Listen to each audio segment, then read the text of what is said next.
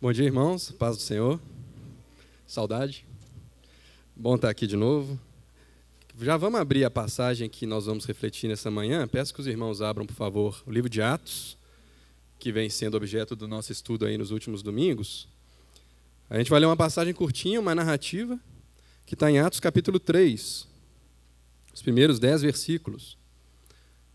A cura do paralítico, a cura de um coxo.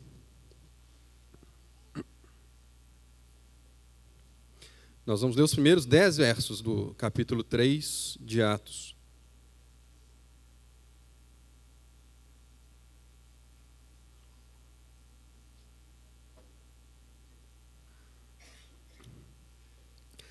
Atos, capítulo 3, verso 1, então, vai dizer assim: Pedro e João subiam ao templo para a oração da hora nona. Era levado um homem, coxo de nascença, o qual punham diariamente à porta do templo chamada Formosa, para pedir esmola aos que entravam.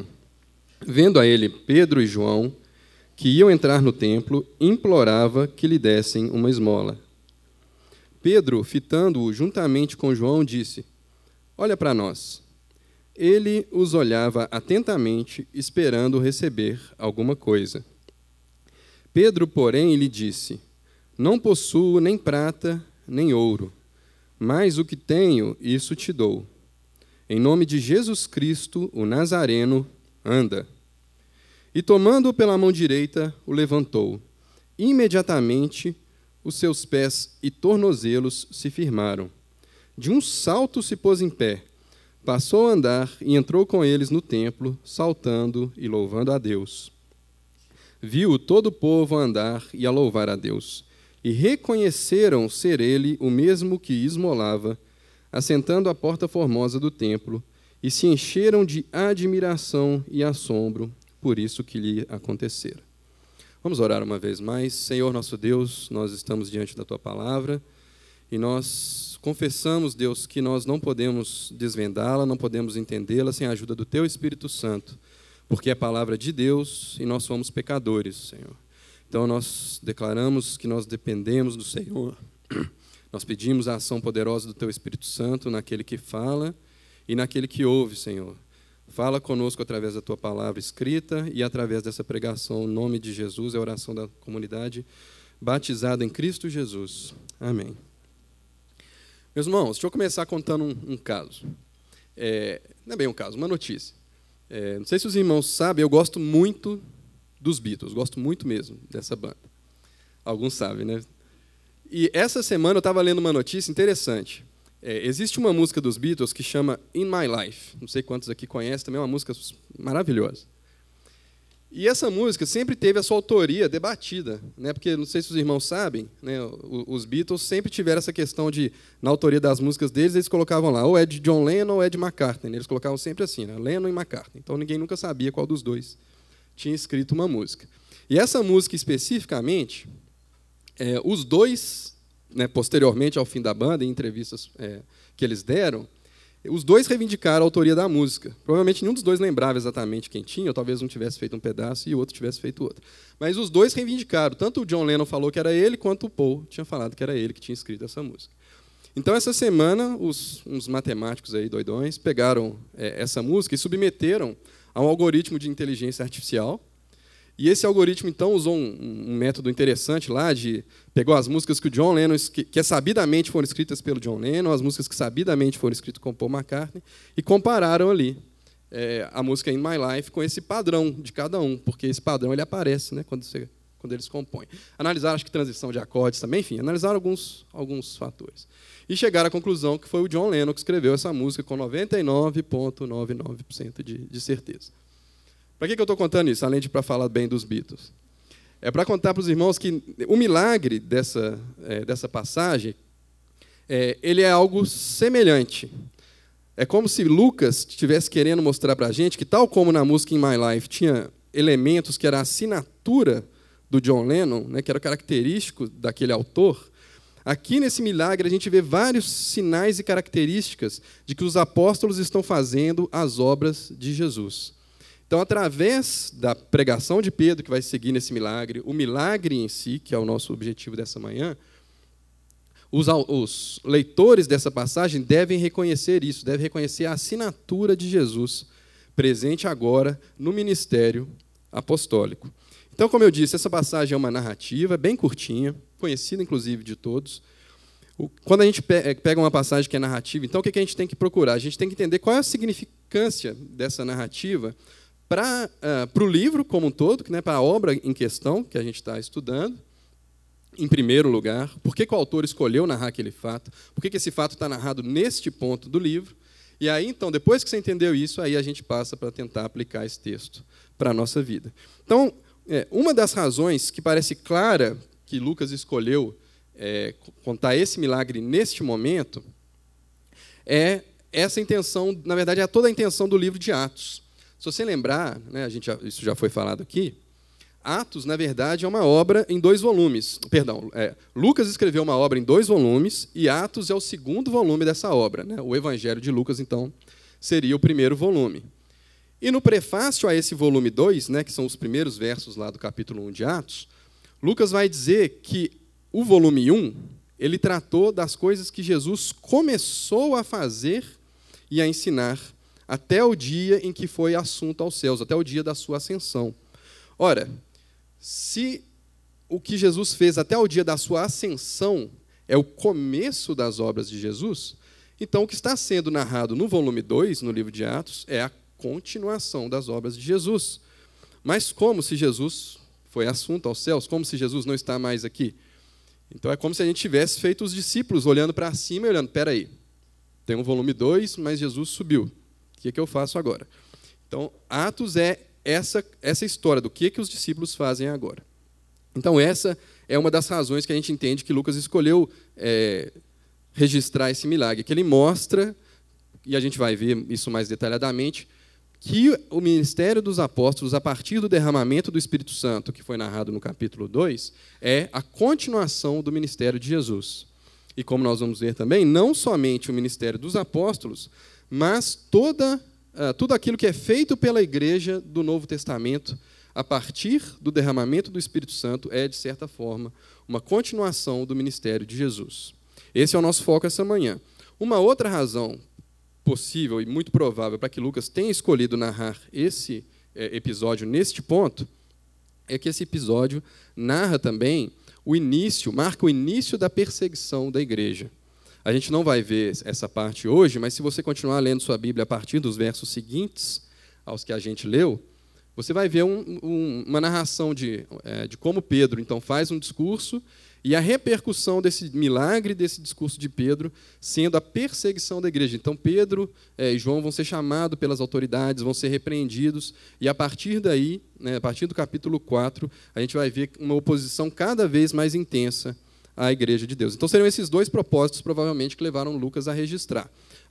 Mostrar que é a continuação do ministério de Jesus e mostrar o início da perseguição.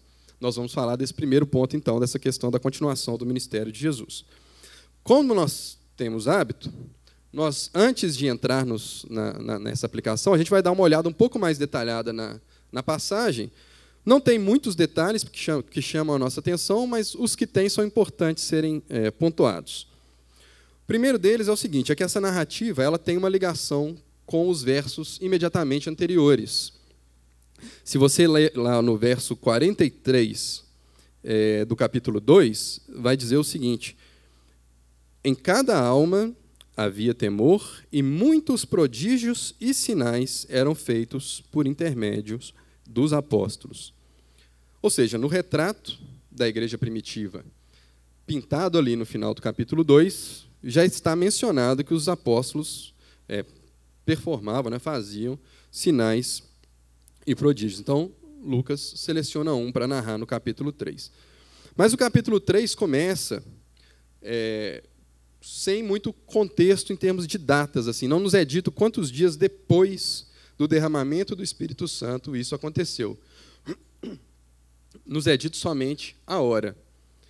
Lucas também já havia nos contado, no verso 46 do capítulo 2, que os discípulos ainda frequentavam o templo. Se você olhar no verso 46, diariamente perseveravam unânimes no templo. Então, num primeiro momento, os discípulos não deixaram de frequentar o templo e de seguir, de viver como judeus, vamos chamar assim, nesse primeiro momento. Então, a gente encontra, de fato, Pedro, o apóstolo Pedro e João, filho de Zebedeu, né, o apóstolo João, conhecidos nossos, né, subindo ao templo para orar no que a Bíblia chama de hora nona, o que seria 3 horas da tarde. Haviam 2 orações diárias no templo, eles estavam indo para a oração vespertina. E eles estão, então, subindo ao templo, e quando eles lá chegam, coincide com o momento em que está sendo trazido um coxo para ser colocado à porta do templo, a porta chamada Formosa, que provavelmente tem esse nome porque ela era bonita. E esse coxo está sendo colocado lá, então, para pedir esmolas para a sua subsistência. E aí é muito bom que seja um médico, né, que esteja narrando a história, porque ele é muito preocupado em dar os detalhes de como era esse coxo que estava sendo colocado ali para pedir esmolas. O primeiro detalhe, vamos chamar assim, que Lucas faz questão de registrar, é que ele era um coxo de nascença, ou como está lá no original, desde o ventre de sua mãe. Então, assim, não é que ele, em algum momento da sua vida, ele passou a ter problemas de locomoção. Ele era assim desde que nasceu. Num segundo momento, um segundo detalhe que Lucas chama a atenção é que esse coxo ele tinha que ser trazido, ele tinha que ser carregado para chegar na porta do templo. Então, o primeiro detalhe que Lucas chama a atenção sobre esse coxo. Ele era um coxo de nascença, ou desde o ventre da sua mãe, ou seja, ele já nasceu com esse problema, qual seja ele, né, qualquer que seja ele. Em segundo lugar, esse problema era tão grave que ele não tinha nem condição de minimamente se locomover, ou pelo menos não de se locomover a distância necessária para ele ser colocado à porta do templo para pedir suas esmolas, o que ele fazia com frequência.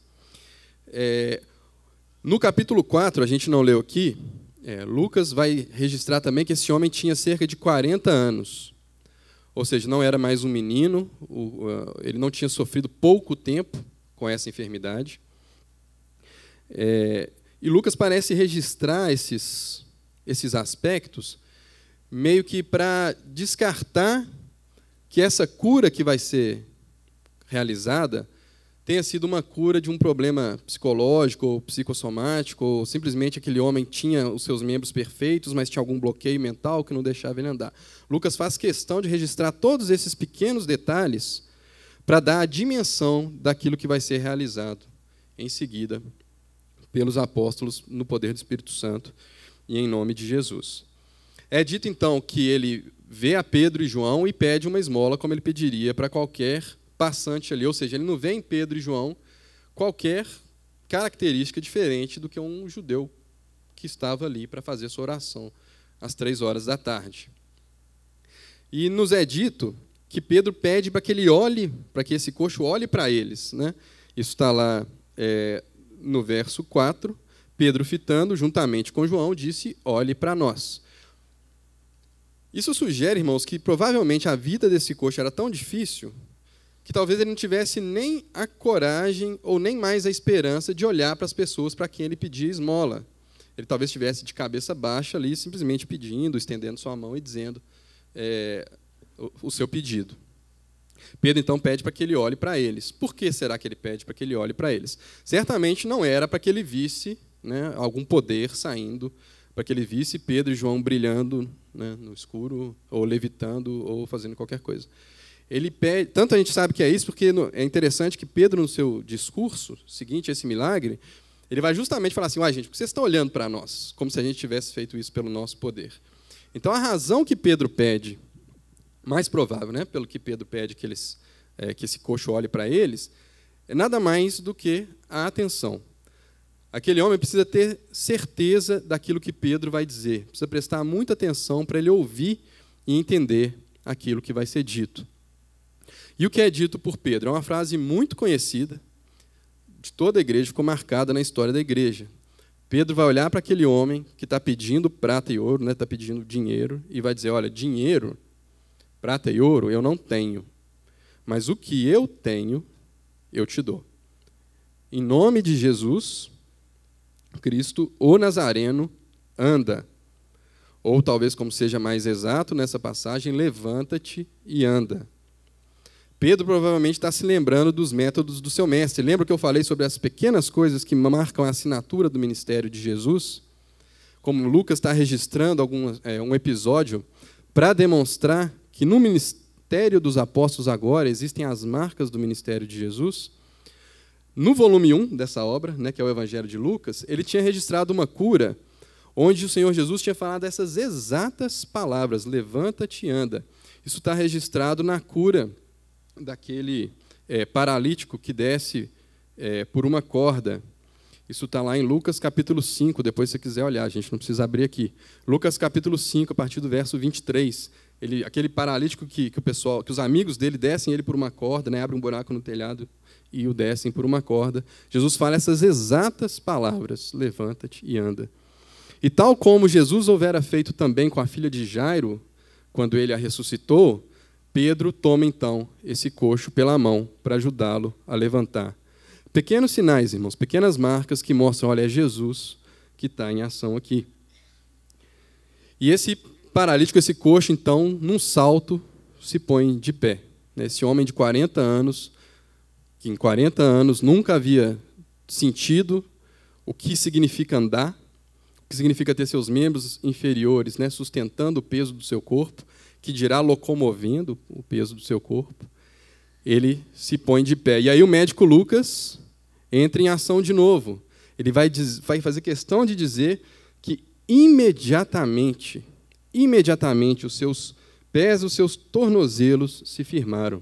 Aquilo que um médico costuma ver acontecendo ao longo de alguns meses, quem gosta de futebol aí direto, vê um jogador se machucando, lesionando um tornozelo, um joelho, e como é o processo que dura meses, e primeiro ele fica imobilizado, e depois ele consegue colocar o pé no chão, e depois ele sustenta o corpo, e depois ele faz alguns movimentos. Então, Lucas diz que esse processo todo é como se ele tivesse sido condensado num átimo de segundo, numa fração de segundo. E aquele homem, então, sente pela primeira vez que os seus membros inferiores são capazes de sustentar o seu corpo. Ele é capaz de caminhar, mas isso não é mais suficiente para ele. Ele se põe de pé num salto. E ele começa, então, a saltar e a louvar a Deus. Eu acho que as irmãs vão concordar que um homem de 40 anos levantar e saltar já é um milagre por si só. Nem precisava ser coxo de nascença. Se ele estiver no sofá com controle remoto, então, é um milagre ainda maior. Mas aqui a gente tem um homem coxo de nascença, gente, um homem que nunca tinha andado, provavelmente uma má formação. E aí aqueles pés e tornozelos, num momento, se firmam, e aquele homem, então, se põe de pé, e ele entra no templo saltando e louvando a Deus. E, obviamente, esse alvoroço não passa desapercebido, não passa desapercebido pelos frequentadores do templo. Todos ouvem aquele barulho, aquela gritaria, e querem saber o que foi que aconteceu, e reconhecem naquele que estava saltando e cantando, o homem que estava todo dia ali na Porta Formosa, pedindo esmolas. E todos, isso fica muito claro pela repercussão, tanto no capítulo 3 como adiante no capítulo 4, todos sabiam que aquilo lá não era uma enfermidade falsa. Aquele homem sempre esteve lá, aquilo era uma paralisia, uma atrofia, sei lá, de nascença. Então, é um sinal que causa uma repercussão imensa, uma repercussão violenta. Assim, todo mundo olha aquilo lá e fala, como é possível? Esse homem de 40 anos está saltando, mas ele era coxo, como esse homem coxo está saltando aqui dentro do templo e cantando e louvando a Deus por causa da cura. Então, é um sinal inegável.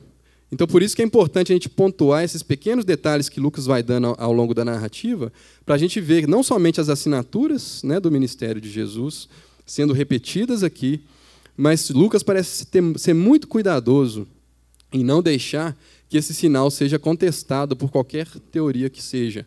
Olha, todas as testemunhas veem aquele fato e se assombram. Todas as testemunhas veem aquele homem e reconhecem, olha, de fato, o que aconteceu aqui foi uma coisa difícil de explicar, no mínimo. E o que vai acontecer, meus irmãos? Pedro vai, a gente vai ver isso na semana que vem, Pedro vai deixar muito claro, como ele tinha deixado para aquele coxo, que havia sido em nome de Jesus Cristo que esse milagre havia sido executado. E isso vai ter consequências. Então, aquela igreja que, num primeiro momento, contava com a simpatia de todo o povo, ela vai passar a ser perseguida pelas autoridades. Porque existe ali um fato com o qual as autoridades não vão saber lidar, e um fato que é impossível de esconder. Um coxo de nascença está saltando e louvando a Deus dentro do templo. Lide com isso. Não dá para lidar com isso a não ser reconhecer o que foi feito. Bom, então essa é a narrativa. Como eu falei, ela é simples, ela tem alguns detalhes importantes da gente pontuar, mas não muitos. E agora a gente vai passar, então, a tentar responder uma pergunta, que é uma pergunta justa de se fazer. E o Kiko? O que tem para mim hoje saber que há quase 2000 anos atrás os apóstolos curaram um coxo de nascença no nome de Jesus? É o que a gente vai tentar responder, e eu vou tentar colocar aqui para os irmãos 4 razões pelas quais eu entendo que isso é um fato importante para nós hoje.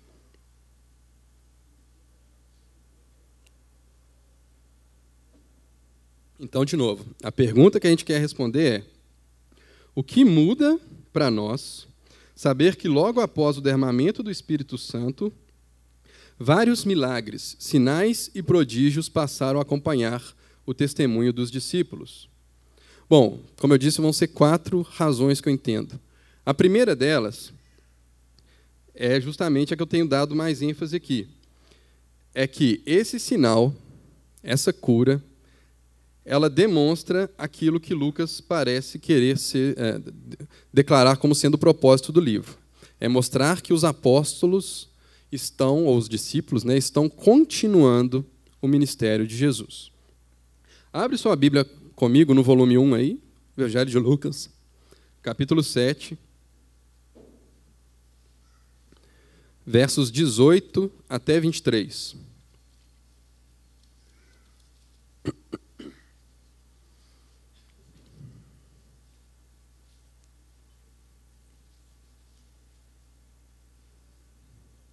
Está falando aqui de João Batista.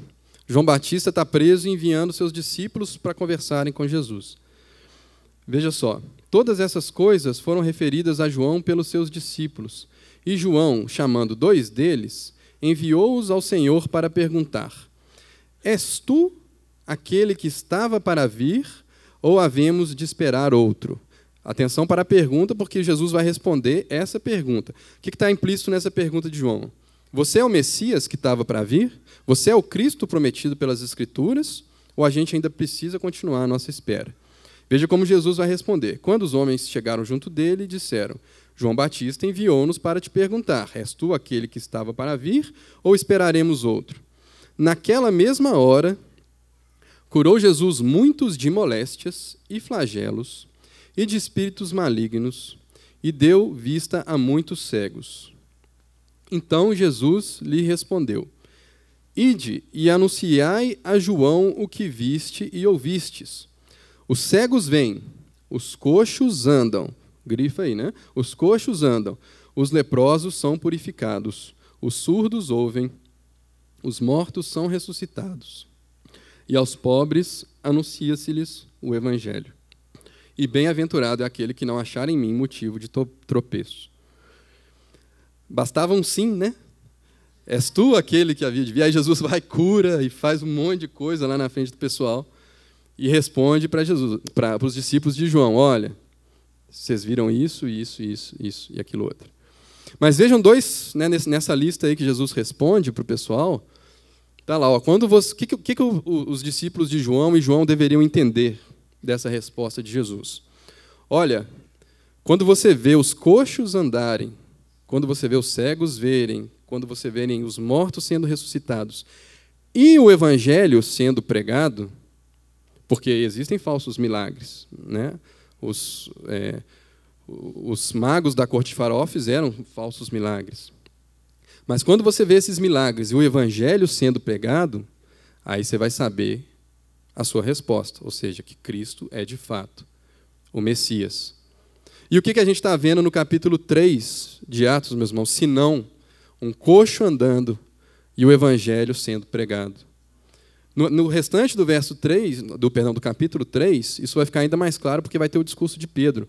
Mas já aqui, nas palavras de Pedro para aquele homem, ao mandá-lo se levantar, já tem o essencial do evangelho, é que no nome de Jesus Cristo Nazareno é que esse homem pode ser liberto da sua moléstia de nascença.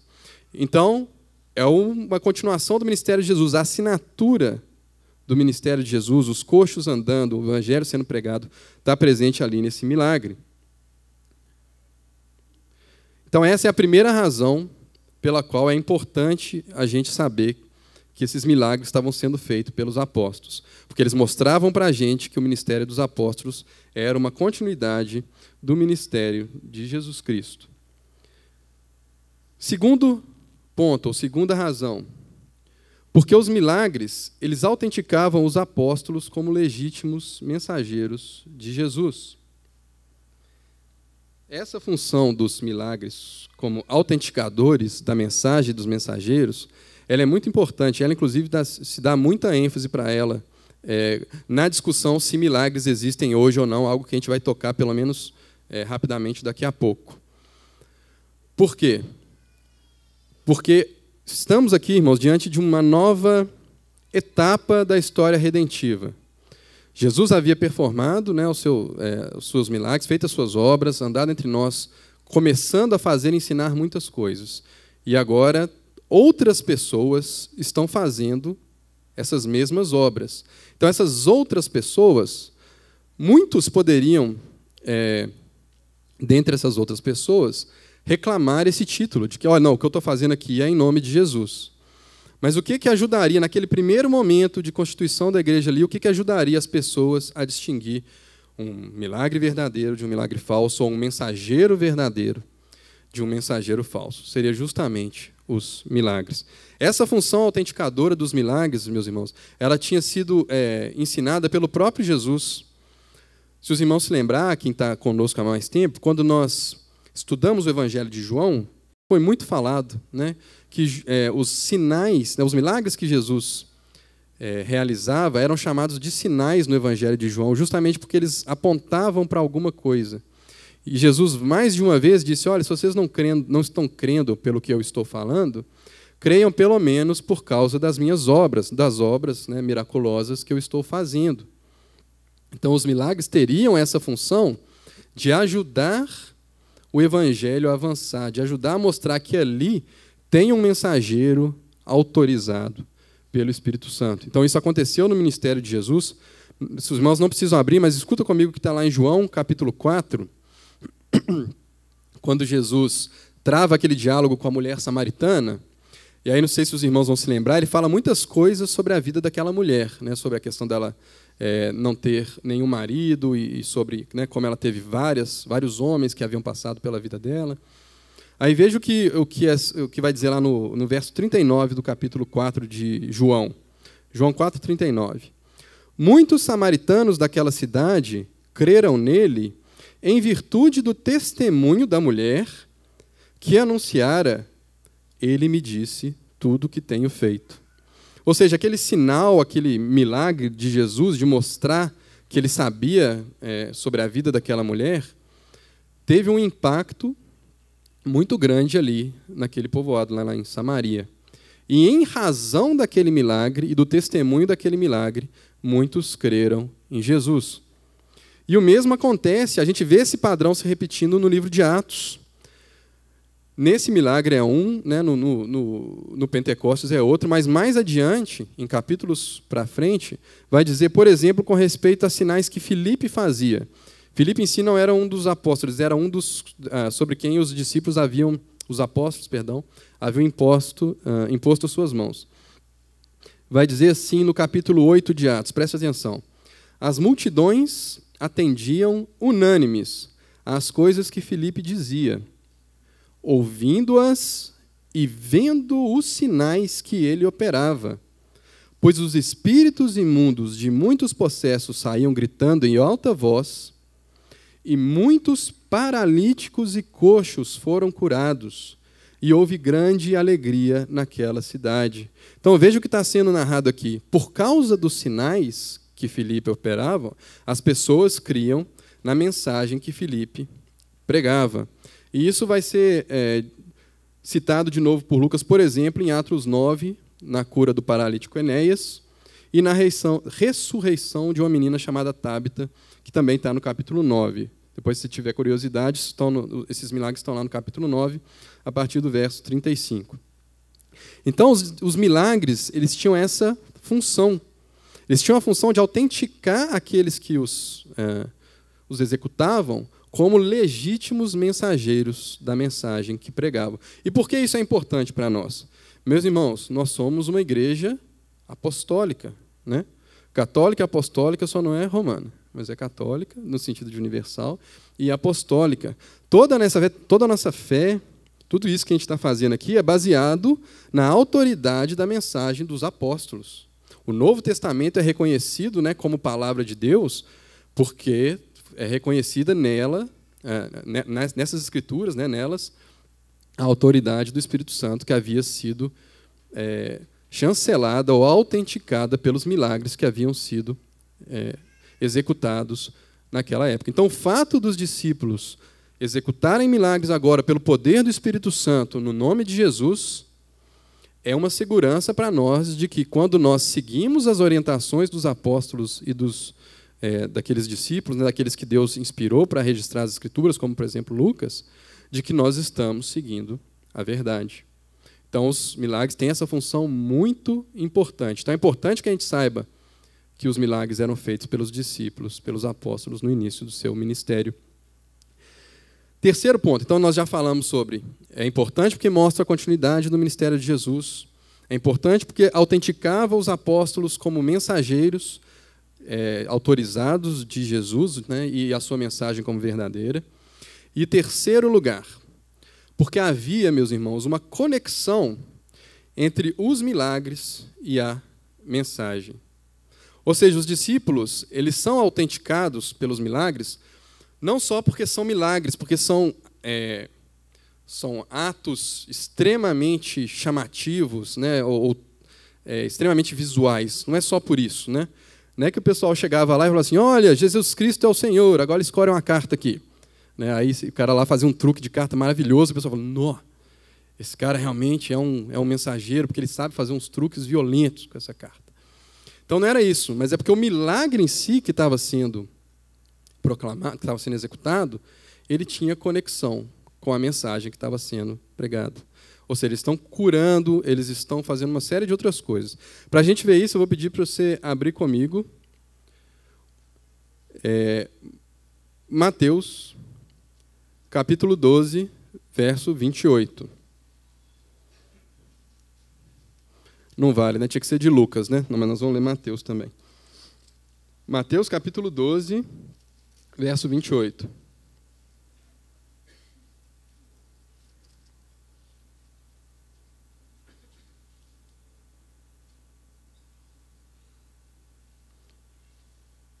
O contexto aqui, meus irmãos, Jesus estava sendo acusado de realizar, né, os seus sinais, entre eles a expulsão de demônios, pelo próprio poder de Satanás ou de Beelzebu, né?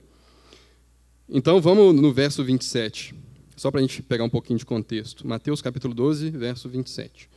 Se eu expulso os demônios por Beelzebu, por quem os expulsam vossos filhos, por isso eles mesmos serão vossos juízes. Agora o nosso foco no verso 28. Se, porém, eu expulso demônios pelo Espírito de Deus, o que nós sabemos que é de fato, né? Certamente é chegado o reino de Deus sobre vós. Então veja, qual era a mensagem, se a gente puder resumir, a mensagem de Jesus, que se torna depois a mensagem dos discípulos. O que eles estão contando para o mundo? É que o reino de Deus havia chegado.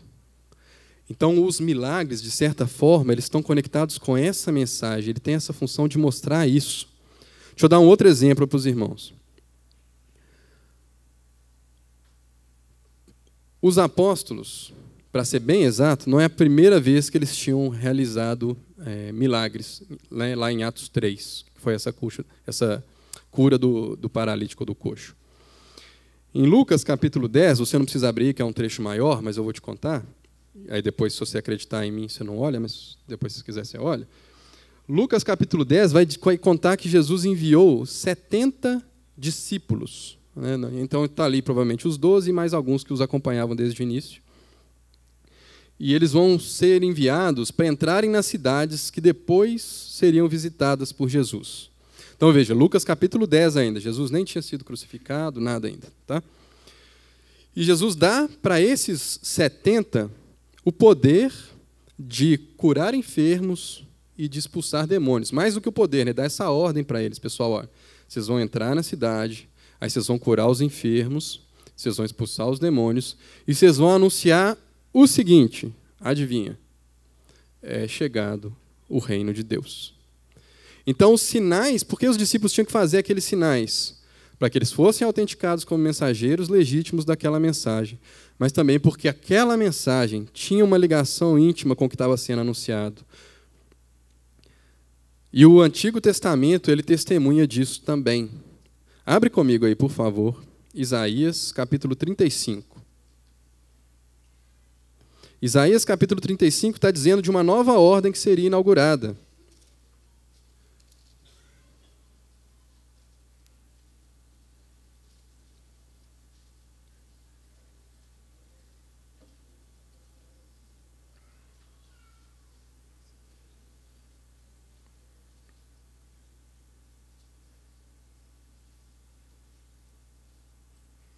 Nós vamos ler só os primeiros 6 versos, mas merece depois que você dê uma lida nisso em casa, no capítulo inteiro.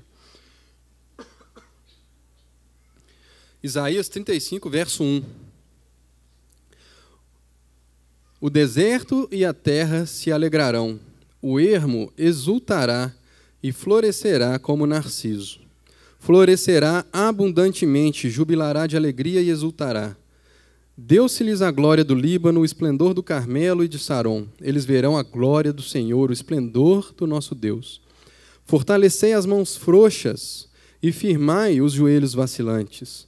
Dizei aos desalentados de coração, sede fortes, não temais, eis o vosso Deus.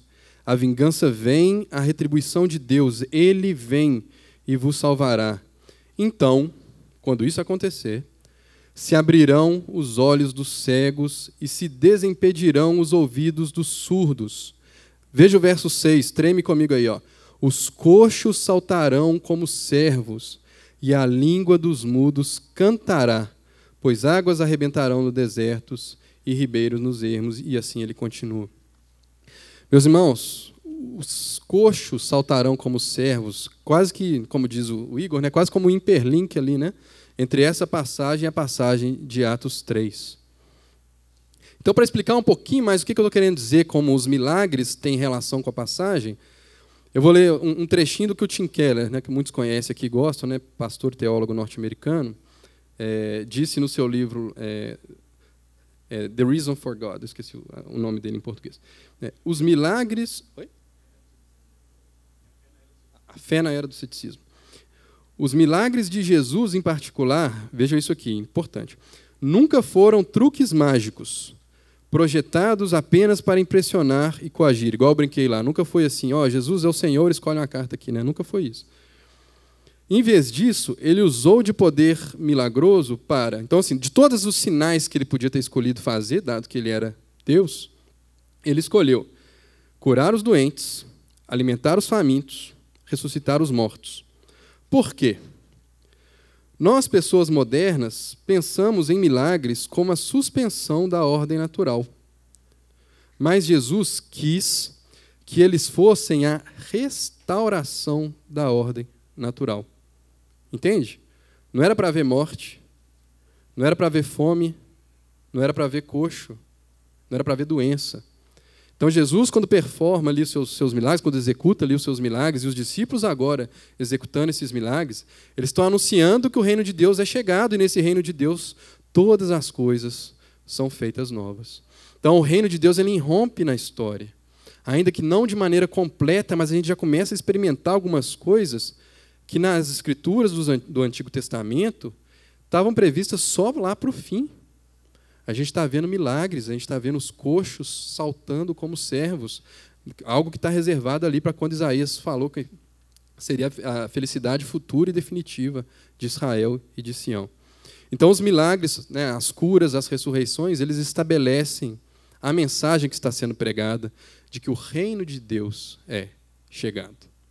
Então, essa foi a terceira razão.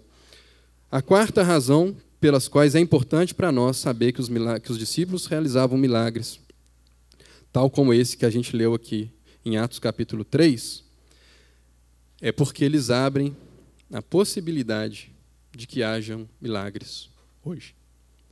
Eles abrem a possibilidade de que haja milagres hoje. E aí eu preciso ser muito honesto de dizer que isso não é, né, uma posição que todos vão abraçar, que todos vão concordar. Isso é em si uma declaração controversa. E nós não vamos entrar em detalhes aqui das diversas posições, né, sobre se existem milagres hoje, se os milagres deveriam acontecer na mesma frequência, ou na mesma intensidade, ou na mesma grandiosidade do que eles aconteciam na época de Jesus. Então, eu vou só mencionar, sem fazer um estudo profundo e provavelmente não fazendo justiça completa a cada posição, mas que existe uma posição que vai dizer assim, olha, não, os milagres cumpriam somente a função de autenticar os mensageiros da revelação, os agentes da revelação. Uma vez que a revelação está completa, o cânon está fechado, nós já temos a Bíblia, os milagres não devem ser mais esperados para o dia de hoje. E essa posição vem também acompanhada de uma definição bem mais restrita do que é um milagre. Ou seja, não é que não se crê em ação sobrenatural, mas para chamar uma ação sobrenatural de milagre, eles botam quem defende essa posição bota muitos critérios, de maneira que tudo que a gente experimenta hoje não seria por quem defende essa posição chamado de milagre. No outro extremo, talvez, se a gente puder colocar assim, há aqueles que vão dizer assim, não, os milagres, as curas, as línguas, as profecias, são promessas de Deus para a igreja hoje e deveriam fazer parte da vida normal da igreja. Né? Um culto sem cura, um culto sem línguas, um culto, enfim, não seria, né, um culto verdadeiro, ou seria uma falta de fé ou razão de pecado, enfim. Então, por um lado, aqueles que vão falar que não existe milagre de modo algum, por outro lado, aqueles que vão dizer assim, olha, tem que ter, e se não está tendo, provavelmente é porque a gente não está com fé suficiente, ou não tem uma doutrina correta, uma ênfase correta no Espírito Santo. Eu acredito que a resposta, e vou defender isso aqui, que a resposta não é nenhum desses dois extremos, e eu vou explicar por quê. Primeiro, é porque a Bíblia não parece limitar a função dos milagres que ela narra somente à autenticação da mensagem apostólica. Por exemplo, o teólogo americano Wayne Grudem, ele vai listar 4 outras funções que os milagres desempenhavam na Bíblia. Eles serviam para confirmar a veracidade da mensagem do Evangelho, que seria essa questão da autenticação, mas também para levar auxílio aos necessitados, para remover obstáculos aos ministérios das pessoas e, em última instância, para dar glória a Deus. E também, contra essa posição de que só apóstolos ou pessoas muito próximas aos apóstolos realizariam milagres, há relatos de milagres sendo feitos por outras pessoas que não os apóstolos. Então, nós mencionamos Filipe, agora há pouco. Estevão, também, que não era dentre os 12, não era um apóstolo, também realiza milagres.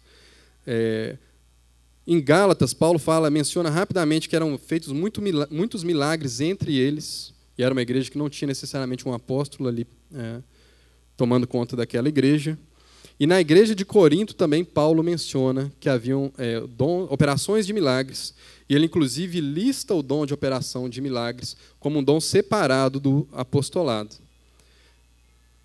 E por outro lado, é fato que hoje a gente experimenta uma diminuição na frequência, e vamos chamar assim, na grandiosidade dos milagres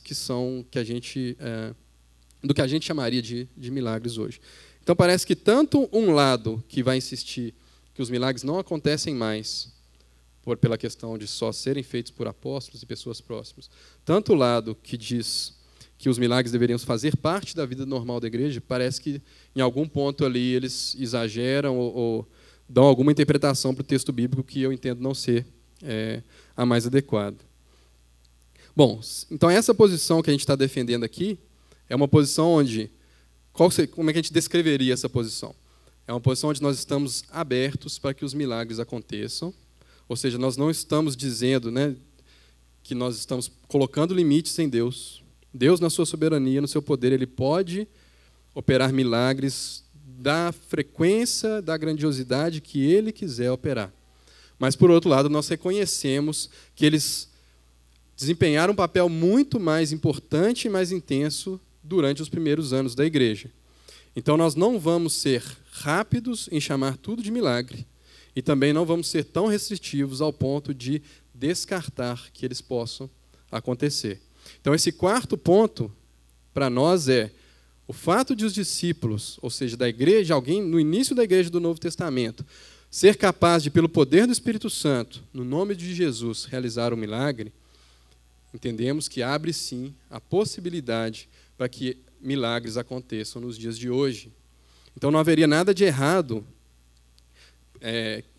no fato de que nós oremos por milagres, quando nós estivermos diante de situações difíceis, quando nós estivermos diante de situações de doença, tal como era o relato aqui desse coxo, né, desde nascença. Bom, então vou revisar os 4 pontos aqui. Por que é importante, então, a gente saber qual que é a significância desse fato? Em primeiro lugar, continuação do ministério de Jesus. Em segundo lugar, autentica os apóstolos como mensageiros legítimos e a mensagem deles como verdade. Em terceiro lugar, os milagres têm conexão com a mensagem que foi pregada, então nós podemos afirmar, como os apóstolos afirmaram, que é chegado a nós o reino de Deus, essa é a mensagem da chegada do reino de Deus. E em quarto lugar, porque eles abrem possibilidade para os milagres hoje. Agora eu entendo, meus irmãos, que essas duas questões da continuidade do ministério de Jesus e da possibilidade dos milagres ainda hoje, elas são melhor unidas numa passagem que está lá em João, e eu peço que os irmãos abram comigo, a gente já está caminhando para o final, que é João capítulo 14.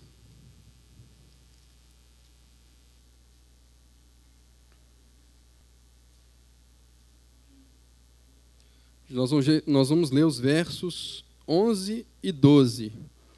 Evangelho de João, capítulo 14, versos 11 e 12.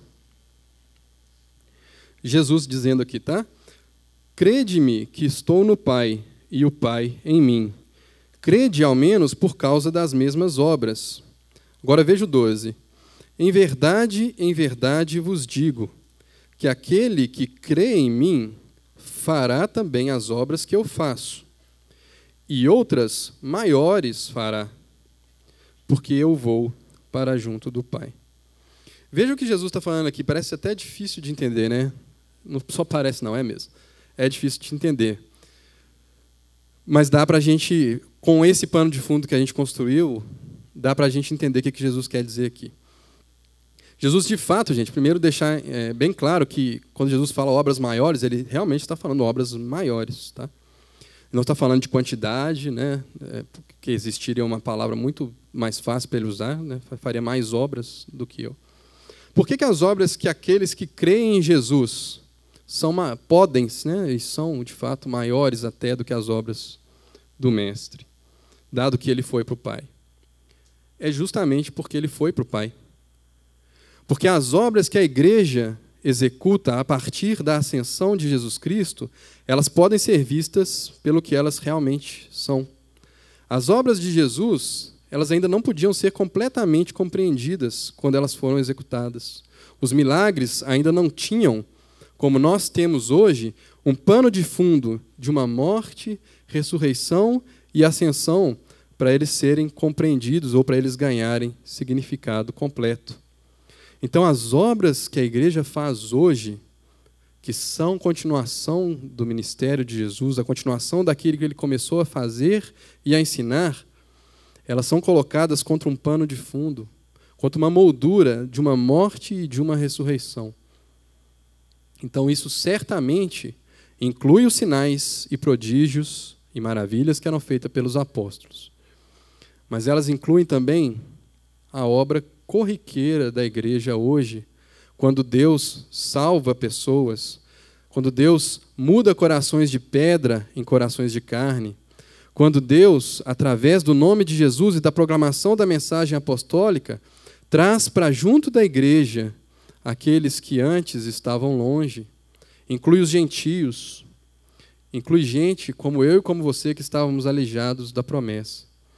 Então, as obras da igreja, a partir da ascensão de Cristo, elas são sim a continuação do ministério de Jesus, mas elas são obras ainda maiores ou até maiores, porque elas têm um significado, elas podem ser vistas pelo que elas realmente são. São obras feitas em nome de Jesus Cristo, no poder do Espírito Santo que foi derramado com o propósito de capacitar a igreja a ser testemunha de Jesus. Então nós podemos buscar milagres? Podemos. Os milagres são legais? São muito legais. Mas, irmãos, a gente não deve criar uma espiritualidade que dependa dos milagres para a gente crer que Jesus, de fato, veio, morreu e ressuscitou, inaugurou o reino de Deus e que hoje a gente já pode desfrutar de muitos dos benefícios disso que foi conquistado, desse reino que foi inaugurado. As coisas estão sendo restauradas e, no final de todas as coisas, tudo vai fazer sentido. E não vai haver mais morte, não vai haver mais doença, a natureza será subjugada e será renovada de uma vez por todas. Mas até lá a gente já consegue experimentar pela misericórdia de Deus e pelo Espírito Santo, no nome de Jesus, esse poder que está reservado lá para o final. A gente pode experimentar os milagres? Podemos. A gente deve depender deles? Não. As obras que a igreja faz cotidianamente, sendo testemunhas, cumprindo fielmente o seu propósito e atendendo fielmente seus chamados, o próprio Cristo, o próprio Jesus falou que são obras até maiores do que aquelas que eram performadas pelos discípulos. Então, que Deus nos ajude, que Deus nos abençoe, que essa passagem, né, essa cura desse paralítico nos inspire a entender que uma nova era foi estabelecida e esses milagres possam ganhar diante dos nossos olhos o significado completo que eles têm. Vamos orar, irmãos?